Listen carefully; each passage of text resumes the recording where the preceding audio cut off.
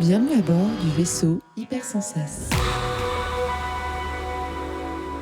Bonjour à toutes et à tous et bienvenue dans votre épisode hebdomadaire du Défaussé. Le Défaussé, c'est une émission qui va vous parler de jeux de société et pour ce faire, bien sûr, je suis présent avec la princesse Alex. Tu es en présence. Je suis en présence de la princesse Alex, exactement ça. Hello.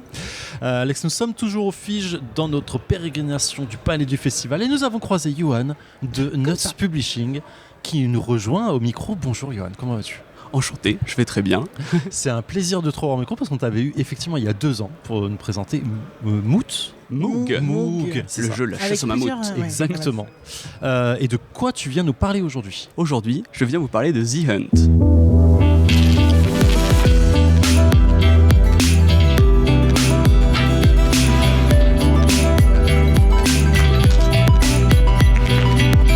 Donc dans le Défaussé, ça va se passer en 3 parties. Dans une première partie, on va parler de The Hunt. Johan va nous présenter le jeu. Dans une seconde partie, le Défaussé va affronter Nuts Publishing pour un match extraordinaire avec une défaite déjà approuvée par Nuts Publishing. Et nous irons dans une troisième partie débriefer de tout cela. Tu es déjà venu dans l'émission, donc tu as déjà répondu à la question rituelle. Je ne me souviens pas, mais je me souviens que tu avais répondu. En tout cas, ça c'est sûr. Et donc du coup, tu peux nous présenter en commençant éventuellement par faire une présentation de ce qu'on appelle la fiche Wikipédia du jeu, si ça te convient. Qui pour qui, auteur, machin, et tout ça. Évidemment, c'est une localisation d'un jeu espagnol qui est fait par les auteurs Matthias Kramer et Engin Kunter et illustré par Albert Montiz, un excellent illustrateur au style très franco-belge. Qui donne une petite touche très sympathique au jeu. C'est un jeu uniquement à 2 joueurs, très asymétrique, qui est sur une thématique historique et qui se passe donc pendant la Seconde Guerre mondiale, à un moment où un cuirassé allemand, l'amiral Graf Spee, coulait des navires de ravitaillement qui venaient ravitailler du coup la Grande-Bretagne, et jusqu'à un certain point où les Britanniques en ont eu un peu marre et ont envoyé la Royal Navy à sa recherche. Sauf que retrouver un navire dans l'océan Atlantique, c'est pas si évident que ça. Ça peut être plutôt grand. Ce qui fait qu'il se beau être très fort, il faut d'abord le chercher. Et dans ce jeu, justement, il y a un joueur, le joueur allemand, qui va naviguer un peu caché, pendant que l'autre, et qui va essayer de couler des navires de ravitaillement, pendant que l'autre va essayer de le retrouver pour déclencher un combat final. D'accord. Vas-y. Juste, dans la fiche wiki, il y a une 4e personne qui est créditée, c'est pourquoi ? Est-ce que tu le sais ? Si tu sais pas... C'est le graphiste. Okay. Désolé, tout à fait. Alors, mais j'ai un peu peur de mal prononcer, j'avoue. T'inquiète, on a l'habitude dans l'émission. Ah ouais, très bien alors. Joao Duarte Silva. Oh, ça va. Okay. Franchement, c'était bien, c'était grave propre. Est-ce que c'est un peu dans la gamme de Résistance ? Il y a le côté historique, c'est un peu. Alors, Résistance, c'est un solo, mais. En fait, ça t'y fait penser parce que l'éditeur original, Salt and Pepper Game, est le même que pour Résistance. Okay. Et c'est le même illustrateur aussi. Oui, d'accord. Voilà. Résistance, incroyable, si vous avez jamais joué. C'est un jeu solo, mais il est incroyable. Voilà. je le dis, je le place au passage comme ça. Ouais, tu peux le dire. Oui, bien sûr. Donc, du coup, on va chasser ou être chassé pendant le truc. Comment ça se présente en termes de gameplay ? En termes de gameplay, on a un deck de cartes, donc chacun des 2 joueurs. On a une main de cartes qui dépend de son camp. Alors ça va être une main plus importante pour le joueur britannique. Ça peut être une main assez importante pour le joueur allemand, mais il va falloir pour ça qu'il donne un petit peu d'informations sur sa présence à l'autre joueur. Et on va jouer à chaque tour, chacun à notre tour, une carte, soit pour un événement, soit pour des points d'action qui nous permettent de déplacer nos navires, de rechercher un peu s'il y a un navire présent sur la case où on est, et de le détruire éventuellement. On va pouvoir stocker quelques points, faire des réparations sur d'autres choses. Il y a tout plein de petites actions possibles, mais grosso modo, c'est un jeu qui se joue avec des cartes, et on va pouvoir les utiliser soit pour un événement important, soit pour utiliser utiliser leurs points d'action pour faire tout un tas de choses. Okay. Comment on fait ? Alors, comment le joueur ou la joueuse allemande gagne ? Alors, c'est une très bonne question. On dirait pas que je fais ça. Mais c'est pas mal. En fait, il y a des navires de ravitaillement qui sont présents sur le plateau, toujours 2 en permanence. Ils vont se déplacer au début du tour du joueur britannique. Et le but du joueur britannique, ça va être de les faire arriver à bon port, donc chez eux, en Grande-Bretagne. Le but du joueur allemand, ça va être de les couler. Si l'Allemand arrive à couler 5 navires de ravitaillement, c'est bon, c'est gagné. Waouh. Ok. 5, Si, ça paraît énorme. Ça je paraît sais pas, beaucoup, mais il peut y arriver. Si le Britannique arrive à en faire arriver 5 à bon port, il gagne. Et ça, c'est énorme, parce que ça a moins de chances d'arriver. Ah ouais. Mais par contre, si le joueur britannique arrive à trouver l'Admiral Gaspé, donc Ok. le navire allemand, là, le combat final se déclenche. Et à ce moment-là, c'est le joueur britannique qui a un peu plus de chances de remporter la victoire. Ok. 2 possibilités, 2 manières de finir la partie pour le. Enfin non, d'accélérer en tout cas la fin de partie pour le Britannique. Ah oui, c'est pour ça qu'il y a du 20 à 45 minutes, parce que j'imagine qu'il y a une façon de gagner qui est plus rapide que l'autre. Mais si le Britannique ne trouve pas l'Allemand, ça peut être un petit peu plus long, effectivement. Ah ouais, mais il y a plein de moyens d'avoir des indices sur la position de l'Allemand, il n'y a aucun souci là-dessus. Tu as déjà joué? Oui. Et t'as vu beaucoup de fois, enfin c'est déjà arrivé dans tes parties que le Britannique, l'Allemand ne soit pas trouvé? C'est arrivé une fois. Mais ouais, c'est vraiment sur toutes les parties que j'ai vues. Et alors j'en ai fait quelques-unes, mais vu beaucoup en présentation, ça arrive rarement quand même. Ah ouais. D'accord, ok. Oh, ça a l'air d'être le plus épique quand même. Non, en vrai, Clairement. trop bien. Du coup, on a quand même un plateau de jeu avec, j'imagine, le sous-marin qui n'est pas montré, mais les bateaux qui sont déplacés. Alors c'est un navire, mais bon, on peut parler de sous-marin, Oui, pardon, oui, mais tu as t'inquiète pas. Soyons précis.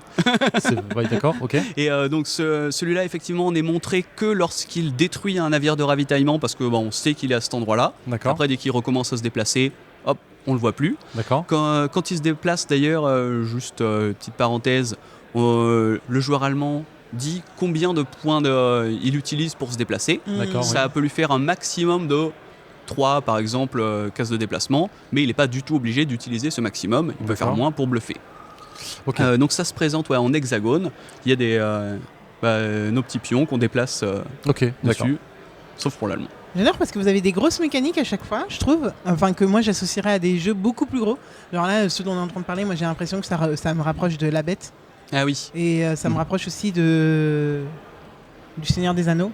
Et Oui. tu vas pas m'aider, mais La traque de l'anneau. la traque de l'anneau, voilà. Et qui sont dans des boîtes juste énormes. Et vous avez, à Bien chaque plus fois, vous grosses. faites des petits formats et avec des mechas qui sont quand même assez expertes, ouais, je trouve. Mais c'est Traque assez de l'anneau qui est aussi chez Nuts, je sais pas Tout quoi. à fait, Oui, c'est ouais. ça, oui, ouais, complètement. cool. Ah, bah voilà. Voilà. La Non, boucle mais est bouclée.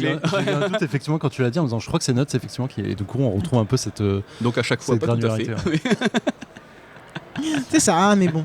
Mais du On coup, varie. la mécanique de cartes qui fait soit l'un soit l'autre, moi ça me fait penser au jeu de chez Matago entre autres.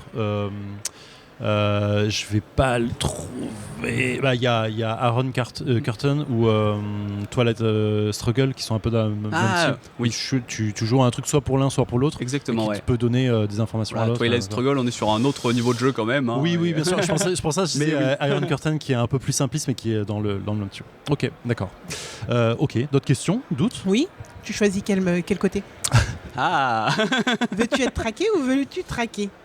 Je veux traquer. Ah ouais. Ok. Ok. Le défi est lancé. Bon, on plonge alors. Let's go. Ou pas. On ne sait pas. Oh, ce bluff incroyable. C'est vrai que c'était un bluff de qualité. Ouais, ok. C'est ça. Hein. Ouais, Ah donc non, l'Irvion, je peux pas.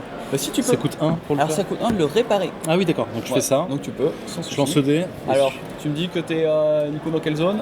Ah oui, je suis obligé de le dire. Ouais. D'accord. Ok. Donc mais là pour l'instant, tant que tu t'es Ouais. pas redéplacé, petit marqueur. Et là, je dois faire un Sur gain- 3 plus. Un 3+. C'est Qui est bon. plutôt pas mal. Ok, d'accord. Ah, c'est chaud. J'ai envie de prendre des risques là. Ouais, je le sens bien. Non, Je mais sens bien. pour 2, je fais une détection destruction. Voilà, il est là le solo. 4, ça passe pas. Non, c'est 5 non. plus. Ouais. C'est 5. Oui, j'ai T'avais pas pas voulu le- le truc parce que je me dis, il faut que je me barre. Ouais, ouais. Et pour 2, je me barre. Ok. Et nous sommes de retour dans les fossés après 46 minutes et 32 secondes de chasse à l'homme dans l'océan Atlantique. Alors, je vais faire un débrief. Donc, c'est un V1. J'ai joué contre Johan. Je gagne cette partie. Je suis tremblant. Je suis pas. Mon cardio, Félicitations, oui. Oui, bravo. mon cardio est à 200. Bon, enfin, si vous écoutez le Défaussé régulièrement, vous savez que je rentre complètement dans mes cases. C'est un jeu à deux d'affrontement qui est très stressant et qui se joue vraiment parfois à pas grand chose. On est complètement dans la lignée de ce type de jeu. Je citais tout à l'heure Twilight Struggle et tout ce genre de jeux qui sont très intenses et qui sont très experts. C'est un Nuts expert, c'est noté sur la boîte. Ça ne dément vraiment pas le truc. C'est vraiment très précis, il ne faut pas se gourer. Je surkiffe ce genre de jeu et celui-ci ne dément pas la règle. C'est précis, c'est épuré au maximum. C'est-à-dire vraiment, en vrai, il y a beaucoup de petites règles au début, mais ça passe super bien et c'est vraiment pour mettre le contexte et comment bien gérer. Mais la carte de rappel de comment dépenser tes points et tes points d'action et des différentes actions dont tu as disponibles, c'est extrêmement clair. Les cartes actions sont très claires aussi une fois que tu les as lues. Enfin, il y en a une au début qu'on n'a pas compris, mais qui était logique une fois qu'on l'a comprise. Et pour le reste, c'est vraiment ok, est-ce que je tente cette action ? Est-ce que ça vaut le coup d'être un peu pugnace, un peu audacieux sur cette action et tout, et de tenter le coup, quitte à se faire vraiment traquer derrière et peut-être perdre la partie. Ça tente des coups d'éclat et c'est super agréable et c'est gratifiant quand il arrive. Vraiment, il y a tout un aspect là-dessus qui est très minimaliste mais qui fonctionne tellement bien et qui est un peu... je trouve que cette marque que vous avez chez Nuts d'épurer au maximum et de garder vraiment l'essence, l'essence de la moelle de ce qui fait le jeu d'affrontement, le jeu de guerre un peu. Et là, c'est exactement ça encore. Je ne sais pas à quel point vous avez travaillé avec la Loca là-dessus. Est-ce que là, c'est vraiment le jeu de base et vous avez juste la localisation, vous avez aussi retravaillé le truc. Pour le coup, non, ça nous arrive effectivement de retravailler des jeux, mais pas pour celui-là. Là, on l'a gardé tel quel, il était vraiment comme on le voulait. Il était fait pour vous, hein, clairement. Ouais. C'est un super taf. Je kiffe vraiment fort. Moi j'ai une petite question, notamment pour Yoann, parce que c'est toi que j'ai vu en pâtir. Est-ce que c'est pas trop frustrant sur un jeu aussi tactique et du coup, j'ai l'impression en tout cas que les déplacements sont prépondérants, il faut vraiment réfléchir à chaque mouvement et quand c'est le jet de dés qui veut pas. Est-ce que ça c'est pas une dimension en plus, le hasard là qui est rajouté dans ce jeu? Parce que dès que tu l'as expliqué, je me suis dit si tu rajoutes en plus du hasard par-dessus un truc d'affrontement qui doit être pointu.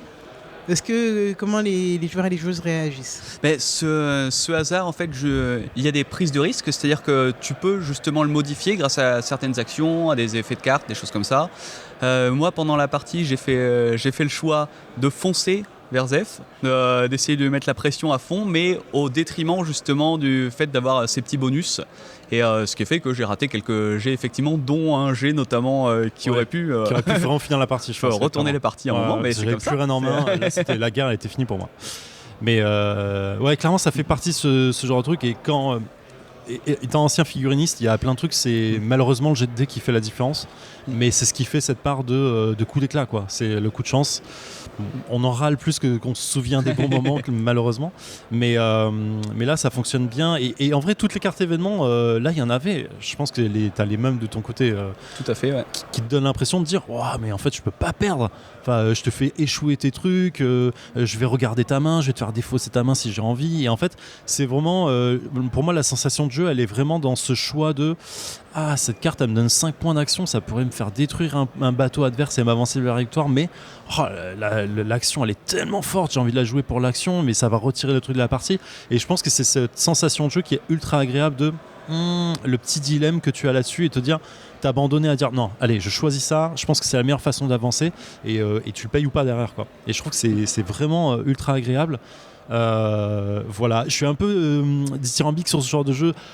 Vous savez, Note, pour moi, c'est vraiment la maison d'édition qui est chou dans mon cœur pour plein de trucs parce que tous vos jeux me parlent beaucoup et j'adore ça. Donc, je suis pas très subjectif et je m'en excuse. Mais le jeu vaut vraiment le coup. Il est vraiment très bon et visuellement, il est incroyable parce que très clair, quoi. Et il n'y a rien qui doute pendant que tu joues, quoi. Cœur sur toi. Merci. De l'extérieur, c'est très aride. Hein. Moi, je regardais, je revenais. En plus, je suivais pas forcément la partie. Du coup, quand je revenais, il y avait quasi rien à prendre en photo. Je repartais. Vraiment, visuellement, en tout cas, de loin, ça semble très aride. Mais je vous voyais tous les deux en pression et à fond. Donc, en effet, je pense que c'est un jeu qui touche là où on est censé, enfin là où vous voulez emmener le ou la joueuse. Donc, c'est clair. C'est là où l'épure il est parfait, quoi. C'est que t'as vraiment besoin que d'informations. C'est pas un tableur Excel, mais pas loin en vrai. Et t'as besoin que de ces informations pour pouvoir jouer et ça suffit. Il n'y a pas trop de fioriture tu vois. Enfin, en vrai, c'est des c'est des petits punchs de on voit à peine le bateau, en fait on s'en fiche, on voit juste la force et le nom du truc et ça suffit largement pour te représenter le truc. Et moi en termes de sensation, j'étais en mer quoi. J'étais vraiment là en train de dire ok, je vais esquiver le bateau à côté et je vais aller chasser le truc. À un moment j'essaie de faire un coup d'éclat en me disant ok, il est gardé par un bateau, je fonce en plein milieu, j'essaie d'exploser le truc et de me barrer. J'y arrive pas mais j'arrive à me barrer de peu. Et t'arrives à jouer sur le truc de comme je suis secret, je vais rester sur sa case, faire genre je me barre et je bouge pas. Et ce petit kiff de il a pensé que j'étais parti, tant pis pour lui. Et c'est super grave. C'est vraiment ça fait partie du jeu quoi. J'étais sûr que t'allais faire ce genre de move. C'était sûr. Trop marrant. Ok, voilà, on peut clôturer là, sauf si tu as d'autres questions. Non, merci beaucoup Johan d'être venu nous le présenter. Merci à vous. Voilà, c'est cool de Ça m'a prendre fait le très temps. plaisir. Merci. Et puis tu as l'air de prendre du plaisir à jouer à ce jeu, donc en vrai c'est toujours cool aussi d'avoir quelqu'un qui est à fond sur le jeu. Voilà, merci à toi du coup d'être venu, comme Alex, je te remercie. Alex, on se retrouve la semaine prochaine Exactement, et tu seras aux commandes normalement. pour de nouvelles aventures. Parfait, merci à toi. Fin de transmission.